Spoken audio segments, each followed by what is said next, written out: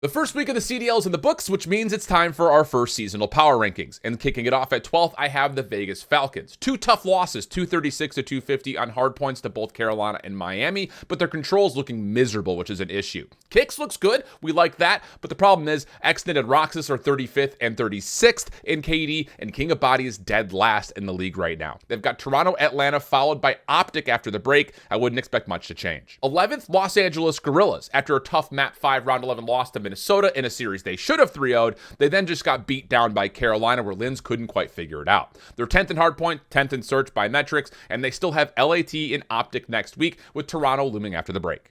10th, Cloud9 New York. No other team has come this close to being 100-point clubbed in 3 of their opening first hardpoints ever. And at the moment, Cloud9 does not have good role recognition. Mac, Kremp, not looking good with the SMGs, and Attach and Sib are 46th and 47th on the overall KD leaderboard. It was a tough opening schedule. Have a chance to figure it out versus Minnesota and Carolina next week. These next 4 teams I think could all be interchangeable, but I've got Vancouver in my 9th spot, where they were round 11s away from either being 2-0 or 0-2. We also haven't seen the Abuza from last year show up yet, so with an interesting week versus Optic in Boston, this is a team to keep an eye on. 8th, I've got the Boston Breach, and talk about overperforming expectations with an opening win versus Optic. The loss to Minnesota hurts their stock, especially considering that they had lost a 5-point hardpoint and a round 10 and round 11 search and destroy. Snoopy on large maps, though, is looking to be a major issue. They have a prove it week coming up next week with Miami and Vancouver on the slate. 7th, I've got Miami. This team is flat out fun to watch. Rancor had a great debut. Real looks unbelievable. So this is a team to really keep a focus on. They're also the best control team in the game at the moment. S&D unfortunately let them down with a round 10, round 11 loss to Vancouver, but they have an opportunity to prove it as they play both Boston and Toronto next week. 6th on my list is the Minnesota Rocker with a 2-0 win-loss status, bumping them above the rest, even if it took Map 5 bangers to win both series. Matches versus Cloud9 and LA Thieves next week will really have us looking what the ceiling of this team is going to be. In 5th, I've got the Carolina Roll Ravens. Slasher.